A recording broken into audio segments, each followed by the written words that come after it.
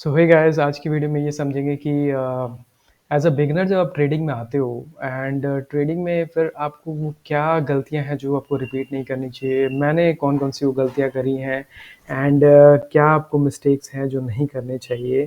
And अगर आप part time भी कर रहे हो या फुल टाइम भी कर रहे हो तो एग्जांपल्स के थ्रू आज हम समझेंगे कि वो टॉप 5 मिस्टेक्स जो आपको ट्रेडिंग में नहीं करनी चाहिए। तो स्टार्ट करते हैं आज की video. Let's get to it. So top 5 mistakes पे हम डिस्कस कर रहे हैं आज, और इस वीडियो में हम ये डिस्कस करेंगे कि वो गलतियां जो मैंने करी और मैं ये चाहूँगा कि आप भी मत करो, क्योंकि स्टार्टिंग में अगर आप ये गलतियां आपसे हुई तो बहुत प्रॉब्लम होगी एंड लॉसेस होंगे। और ट्रेडिंग में लोग इसीलिए ज़्यादातर सक्सेसफुल नहीं हो पाते हैं पहले 1-2 साल, और फिर गिव अप कर जाते हैं। क्यों? क्योंकि उनको पता ही नहीं होती ये सारी चीज़ें। तो देखो, सबसे पहली चीज़ है जो अगर आप स्क्रीन पे देख पा रहे हो, मैंने लिख रखा है नो रिस्क मैनेजमेंट। मतलब आपका रिस्क मैनेजमेंट नहीं है। सबसे टॉप पे मैंने इसको इसलिए रखा है नो रिस्क मैनेजमेंट, क्योंकि अगर आपको इम्पोर्टेंस क्या है रिस्क मैनेजमेंट का ये नहीं पता तो फिर आप कभी ट्रेडिंग कर नहीं पाओगे। देखो, एग्जांपल के साथ समझेंगे। मान लो आप कोई भी स्ट्रैटेजी यूज़ कर रहे हो, चाहे वो ब्रेकआउट हो गया या फिर मतलब आप ऑप्शन सेलिंग कर रहे हो या स्टॉक्स में बाई कर रहे हो। कभी भी आप जब बाई कर रहे हो, देखो आप हमेशा 100% तो राइट रह नहीं सकते। अब आपको over the period of the time, जैसे जैसे आप 100 ट्रेड या 50 ट्रेड्स लेते हो तो आपको पता चलेगा कि आपका विन लॉस रेशियो क्या है। तो इसीलिए इसमें यहाँ पे मेंशन्ड है, अगर आप देख सकते हो कि यहाँ पर विन रेट आपका क्या है। यहाँ पे ऊपर आपको दिख रहा होगा विन रेट, मतलब आउट ऑफ 100 ट्रेड्स अगर आप ले रहे हो तो उसमें से कितने टाइम आप सही रह रहे हो और कितने टाइम आप गलत। अगर आपका जो रेशियो है विन लॉस वो 50% या उससे ऊपर है, तभी आप प्रॉफिटेबल हो सकते हो। इन द सेंस कि जब आप लूज कर रहे हो तो कितना आप लूज कर रहे हो, आप ये देख सकते हो। आप रिस्क रिवॉर्ड रेशियो लिखा है मैंने। रिस्क रिवॉर्ड रेशियो मतलब कि आप जब लूज कर रहे हो तो कितना लूज कर रहे हो। से कि आप 100 रुपीज लूज कर रहे हो जब आप लूज कर रहे हो, या 1000 रुपीज लूज कर रहे हो। तो जब आप विन कर रहे हो तो आप कितना विन कर रहे हो। क्या आप 2000 रुपीज विन कर पा रहे हो अगर आप 1000 रुपीज लूज कर रहे हो। तो अगर देखो, अगर आप 1000:1000 है कि आप जब लूज कर रहे हो तो भी 1000 है और अगर विन कर रहे हो तो भी 1000 है, तो मिनिमम आपको 50% ऑफ द टाइम आप राइट होने चाहिए, तब भी आप ब्रेक इवन पे पहुंचोगे।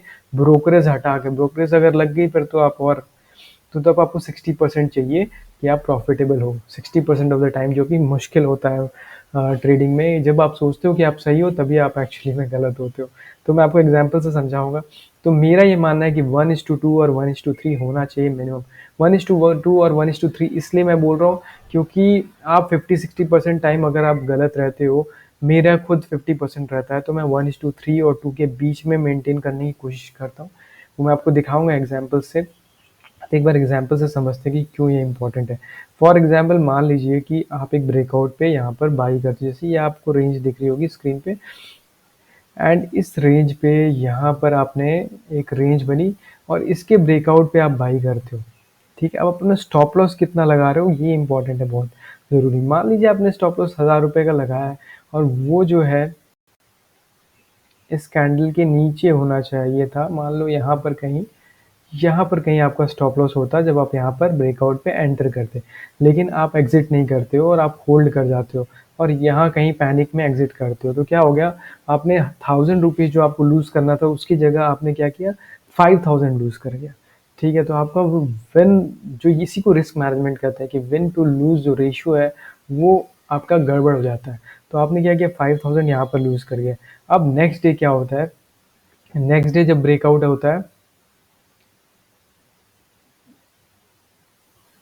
नेक्स्ट डे ब्रेकआउट होता है, इस ये जो लेवल है इसको यहाँ पर मान लो ब्रेकआउट होता है और आप एंटर करते हो और यहाँ पर कहीं 1000-2000 रुपये लेके निकल जाते हो। तो होता क्या है कि आपने 5000 लूज कर दिया और यहाँ पर सिर्फ आपको 2000 आया, तो ये 1:1 भी नहीं रह गया। तो मिनिमम आपको यहाँ पर करना क्या है कि जब आप यहाँ पर लूज कर रहे हो तो आप यहाँ पे 1000 से ज़्यादा लूज मत करो, और जब आप विन कर रहे हो तो एटलीस्ट 2000 या 3000 आप विन करो। इसी को बोलते हैं रिस्क मैनेजमेंट, जो बहुत लोगों को पता नहीं होती कि ये मेंटेन करना कितना ज़रूरी है। जब आप विन कर रहे हैं ना, जब आप सही हैं, तो आपको राइड करना है, लंबा जाना है। 30% मेरे अपने पिछले वीडियोस में भी डाला है, मैं तो अपना 30-30 करके निकालता हूँ, जल्दी तो मैं प्रॉफिट निकालता ही नहीं। तो ये है इंपॉर्टेंस रिस्क मैनेजमेंट की। जो नेक्स्ट चीज़ है वो ट्रेडिंग प्लान।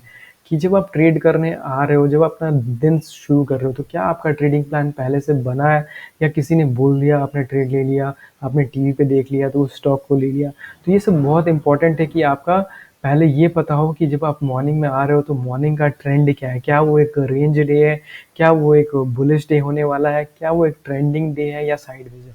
देखो अगर बुलिश है तो क्या प्राइस सपोर्ट पे है, अगर हाँ तो फिर आप बाई कर लोगे, अगर नहीं तो फिर आप वेट करोगे। ठीक है, ब्रेकआउट में भी ऐसे होता है, साइडवेज का अगर ब्रेकआउट हो रहा है तो फिर आप ट्रेड करोगे, और अगर नहीं ब्रेकआउट हो रहा है तो आप ट्रेड नहीं करोगे। कई बार ऐसा होता है कि 2-2 3 दिन तक मैं ट्रेड ही नहीं करता हूँ।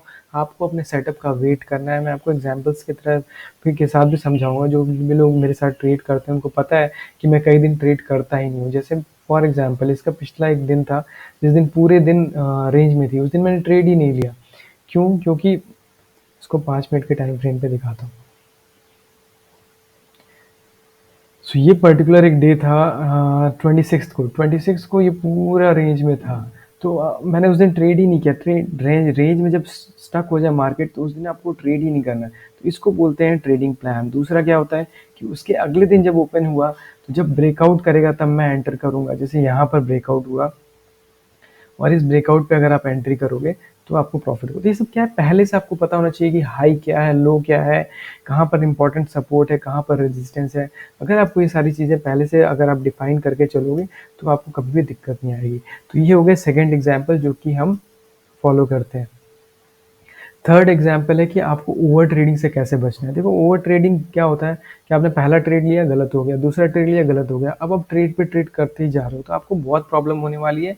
तो आप अपने आपको डेली का लॉस आपका लिमिट होना चाहिए कि भाई मैं 2% का जो कैपिटल है इससे ज़्यादा अगर मेरा डेली लॉस निकलता है तो मैं अपना लैपटॉप शट कर दूँगा। लोग लैपटॉप नहीं शट कर पाते हैं कि नहीं मुझे तो अगला ट्रेड में प्रॉफिट हो जाएगा, अगला ट्रेड में प्रॉफिट हो जाएगा, होप ट्रेडिंग में बैठे रहते हैं, इसीलिए उनको ज़्यादातर लॉस होता है। तो कभी भी आपको अपना रूल्स, अपना डिसिप्लिन फॉलो करना है। अगर आप नहीं करोगे तो आपको कभी फ़ायदा नहीं होना है। आपको अपना पीसी बंद करना है और जाना है, वॉक करके आओ या रन करके आओ। अपना टाइम विंडो दो, अपनी कोई हॉबी रखो इसके अलावा, क्योंकि आई एम श्योर आप स्क्रीन पे बैठे रहोगे ना तो आपको ट्रेड करने का मन करेगा। आप लॉस में हो या विन में हो, कई बार ऐसा होता है कि आप विन में होते हो और अपना पूरा विन्स गंवा देते हो। तो ये सारी चीज़ें बहुत इंपॉर्टेंट है। एंड नेक्स्ट जो है कोड मैं बहुत फॉलो करता हूँ कि आपका दिमाग कितना आप लगा रहे हो वो उससे पैसा नहीं बनता, आप कितनी देर बैठ पा रहे हो उससे पैसा बनता है। कि क्या आप ट्रेड लेने से अपने आप को रोक पा रहे हो, या आप ट्रेड में हो तो प्रॉफिट बुक करने की जगह आप होल्ड कर पा रहे हो, लॉस को तुरंत कट कर पा रहे हो। तो ये सारी चीज़ें, जैसे लिवरमोर की एक कोट भी है जो कि मैं बहुत फॉलो करता हूँ, एंड आपको भी फॉलो करनी चाहिए अगर आप प्रॉफिटेबल होना चाहते हो तो। नेक्स्ट है इमोशनल ट्रेडिंग। इमोशनल ट्रेडिंग क्या है कि आप ओवर कॉन्फिडेंट हो जाते हो। एक ट्रेड में प्रॉफिट हुआ, अगले दिन से आप अपने ऑर्डर्स को बढ़ा देते हो एंड कॉन्फिडेंस में ट्रेड करने लगते हो। नेक्स्ट के अगर आप लूज करते हो तो आप फियर में रहते हो और अगला ट्रेड नहीं लेते हो। तो ये सारी चीज़ें क्या है, फियर, ग्रीड, एंग्जाइटी, फोमो क्या होता है कि फियर ऑफ मिसिंग आउट। मतलब ट्रेड निकल गया आपके हाथ से और आप लेट एंट्री कर रहे हो कि कहीं मैं छूट ना जाए, मेरे से छूट ना जाए, मार्केट छूट ना जाए। तो ये सारी चीज़ें मुझे धीरे-धीरे समझ आई एंड उसके बाद जब समझने में टाइम लगता है, धीरे-धीरे आपको अगर ये सब चीज़ें स्टार्टिंग से आप कंट्रोल करके रखोगे, तो आपको कभी दिक्कत नहीं आएगी। तो वीडियो को ज़्यादा लंबी रखेंगे नहीं, फिर आगे की वीडियो में फिर से बात करेंगे। फिर मिलते हैं आपसे अगली वीडियो में। Take care, see you.